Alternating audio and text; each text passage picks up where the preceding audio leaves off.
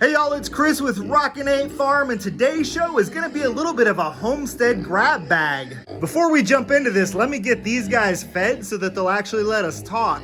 But while I'm doing that, hit the subscribe button, click the notification bell, and go check out our website, rockin8farm.com. So what exactly do I mean by homestead grab bag? Well, I've got one particular project that I didn't necessarily think was worthy of filming the project. Who wants to see me driving a bunch of screws into posts? But the project covers a lot of different areas. So homestead grab bag, one project, we're gonna talk about pigs, specifically my pigs. We're gonna talk about some fencing requirements, even for a couple of different kinds of animals. And probably most importantly, we are going to talk about the importance on a homestead of doing the best you can with what you have, reusing and recycling. I have a barn that was built sometime in the 1970s, and the original owners of the barn, I believe they owned horses. I know that subsequent owners owned horses, but I'm pretty sure that this barn was built to keep horses in.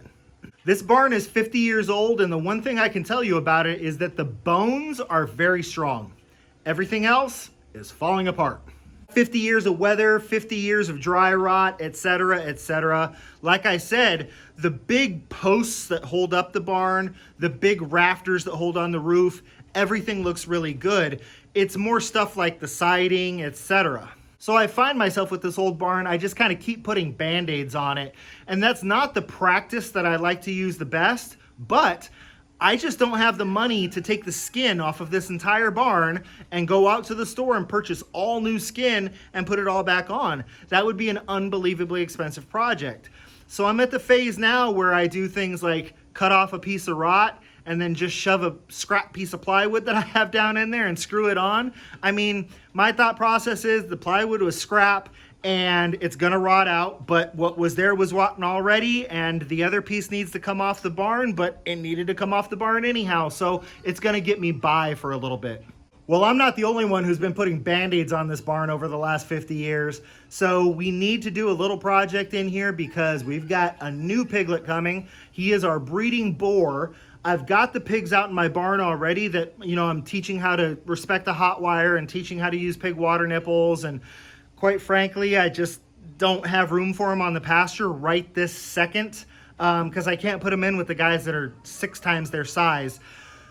But what I am going to try to do, because my breeding boar is only about a month younger than these 2 feeder barrows, I'm going to try and introduce them and get them used to each other and get them a little closer in size so that I can keep those 3 guys together once those 2 guys go to processor. But here's my problem. This is the pen that I keep my barrows in. See my little wall-mounted hay feeder there? That's kind of one of their outdoor exercise areas and where they learn how to drink water out of the pig water nipples. Looking back this way, this is the stall that I'm planning on keeping the boar in. It's right next to the stall I keep my barrows in. Here's the problem. 50 years of rot has taken out pretty much all of the bottom rails. Like that one's actually in good shape, but that one's rotted out. That one's missing. That one's rotted out. That one's rotted out. That one's in good shape. That one's in good shape. There was one up here that I already removed, and there was one up here that I already removed. But you can see I'm not the first one to use Band-Aids. The old homeowners who had horses, when these started rotting out, just put in a scrap piece of horse fencing to keep the 2 stalls separate. As I said earlier, different animals, different fencing requirements. You see, for those horses, it was very important that they had these darn near 6 feet tall. I mean, they were 5.5-ish, I would say, with these big 2x10s. 5.5 foot tall stalls so that the horses can see each other, but they're not like reaching over and biting each other and stuff like that. Especially because I don't know a lot about horses, but I do see a lot of damage in the barn that I have been told is what they call cribbing. I guess cribbing is either a nutrient deficiency or flat out just a bored horse.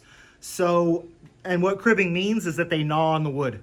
I actually had a daughter that did that, but it was actually her crib, just gnawed on her crib. Her breath always smelled like wood. So different animals, different fencing requirements. Here's the deal. For pigs, I don't need 5.5 feet. I want you to think about it. If you're purchasing electric netting from Premier One, the average heights are like 24, 30, and 36. If you're buying pig netting, it's not 48, it's not 60. Pigs don't need super tall fences. They're very powerful animals. They can push, they can shove, they can break, but they don't jump real good. Now, the one thing that can happen with pigs and like standard fencing, like if you just use some sort of a field fence, they will climb. They're not gonna jump up over, but they'll stand up on it. And when you're talking about a 450-pound boar, possibly even bigger, depending on the breed of pig that you raise, that's a lot of weight pushing down on that fence. Hog panels are super tough and super sturdy. They're designed to handle that weight. But again, y'all, a hog panel, it's only 30 inches tall. The electric netting, it can't handle the weight, obviously, but it doesn't need to, because if they try to jump up on it, they're gonna get hit by it. And the thing is, they're not gonna try and jump up on it because they've already been hit by it and they know what it does. Sheep and goats need taller fencing, about 4 feet tall or so. You need to make sure that the holes in the fencing are small because they can be the most suicidal animals in the planet. If the holes are too big, they'll stick their head in there, can't get their head back out, and now you've got a dead goat or a dead ram. We are not planning on ever having sheep or goats here on our farm. We're thinking pigs, we're thinking cows. Cows, way down the road. Pigs, right now. So now let's bring in the use what you have and homesteader ingenuity portion of this. I've got good boards up high, bad boards down low. I don't need a tall fence. I need a short fence. This is how we're gonna fix this problem. I didn't show you this over here, but I've already taken off this board and there was a board here. This board down here needs to be replaced. So you can see over here that I'm already developing a very nice stack of very nice, solid 2x10 lumber. That's a good board, that's a good board, so I only need to replace that one, and this is tall enough. We're at 36 inches right here, y'all. Now what we've got going on right here just isn't gonna work. It works fine for these small piglets, and it works fine when I add another small piglet on this side, but we're planning on having these be our farrowing pens in the future too. So I need gaps that are small enough that piglets can't get back and forth between the two pens, but I also need pens that are strong enough that if a mama gets upset, they're not gonna go at each other and break my fence.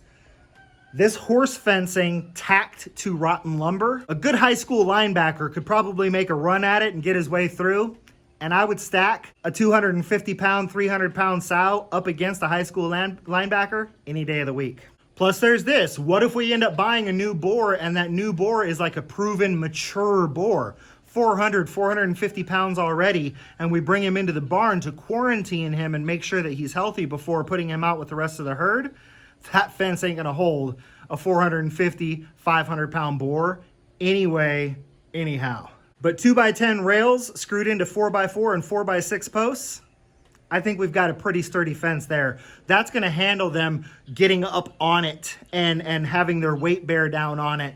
And by shortening it, it's also going to allow us multiple escape routes. Because y'all, if we're in here with a mama and we're trying to check on her babies and mama decides she wants to protect her babies, I really don't want one gate that I've already latched being my only way out.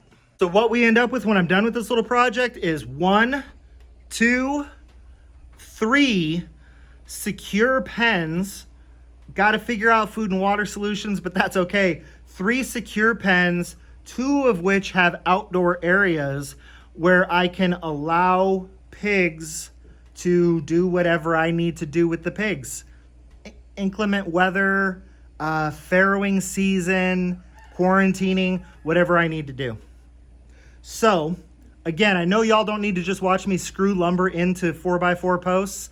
I'm gonna get to work on this project, and once I'm done with it, I'm gonna come back and show you my new barn. All right, y'all, I got the guys in here checking out the new digs. So of course we're playing the I've got new hay, let's throw it everywhere game. That is a game that is apparently very commonly played by pigs that they quite enjoy. It's also one of those change your shirts after every project kind of days. I am disgusting, so we have a lot more work to do today, but this project is done for now, so it's time to go in the house, change my shirt, cool off a little bit, and then we'll think about what's gonna happen next. Let me show you what we got done today. All right, y'all, so if you remember from before, and I'll try to drop a picture in right here, everything, there was 5 layers here, and all 5 layers were rotted out. So those 5 layers are gone, and we replaced them with 3 brand new boards that now stand at about 33 inches in height, so they're a little taller than a hog panel. This is 2x10 lumber, multiple long wood decking screws going into the 4x4 posts. So that's a good sturdy piece of fence.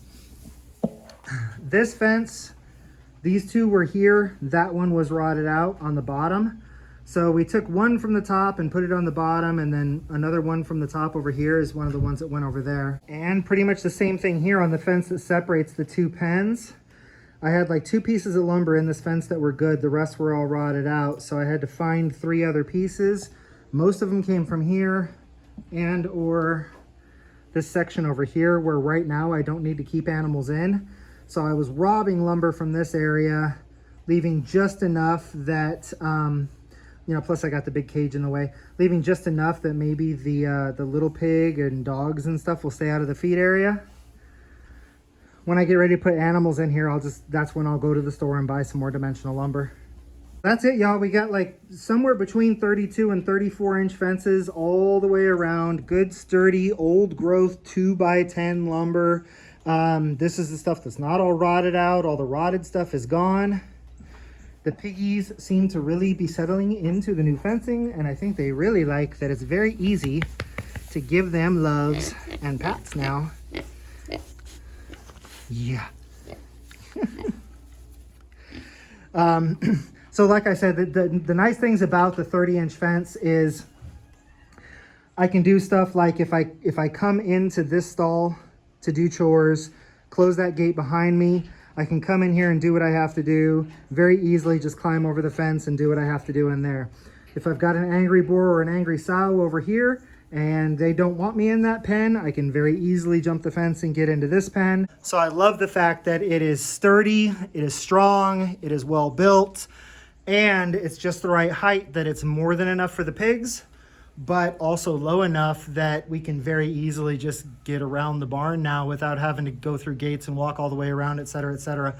So we still have some more stuff that we need to do to get ready for our little boar to come home. So I know I blather on about like what's going on my farm specifically. That's for the people that care, and for my own personal record. The lesson in today was fencing requirements for pigs as well as other animals, and just doing with what you have on your homestead. This entire project, if I were to figure out how many screws I used and divide that by the cost of a 30-pound box of screws, I'm guessing $4. I spent maybe $4 in screws on this project. Everything else was just taking the good lumber and replacing the bad lumber, and that's what you have to do on a homestead sometimes. Some people call it putting a Band-Aid on things, but unless you're independently wealthy, that's just what you got to do. And most of us that choose to live this lifestyle aren't necessarily independently wealthy, although I do believe we are all very rich. I'm sure that we will film this when the little boar comes home, so I can show you the last bit of changes that we made to get ready for him at that time. So that's going to be it for this particular video. I hope you enjoyed it. Again, please hit that subscribe button. We're getting very close to 1,000 subscribers, and we could really use your help to push us over the edge. This has been Chris and Jose over here with Rockin Farm. Till we see y'all again, be happy and live healthy.